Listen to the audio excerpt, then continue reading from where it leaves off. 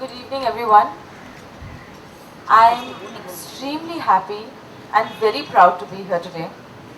Um, I am a person who wears a lot of cotton to begin with, but that I think over here is almost irrelevant. I'm a big fan of cotton clothing, and when I found out that Cottonworld has taken this initiative, I think I really did feel very proud on your behalf because you are replacing, as you said, 200,000 plastic bags. I mean, I am finding it shocking that other people are not doing it because global warming has reached a stage today where we can't afford to ignore it anymore.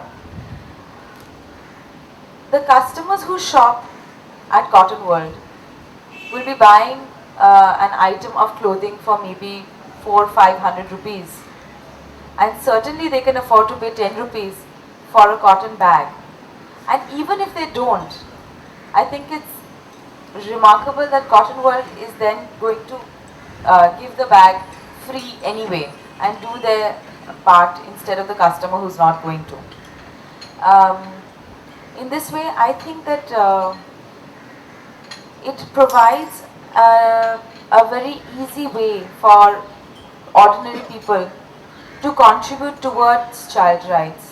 And it is an opportunity that Cotton World has created for the ordinary customer. When they're buying something for themselves, certainly they can contribute 10 rupees towards something as important as child rights. And I think it's a great initiative that CRY and Cotton World have come together to do this. I have been associated with CRY even before.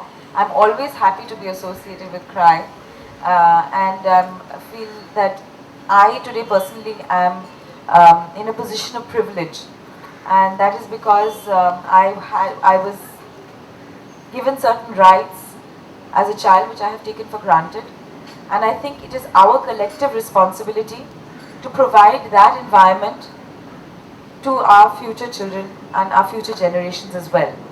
So I applaud this move, and I'm very happy to be here today.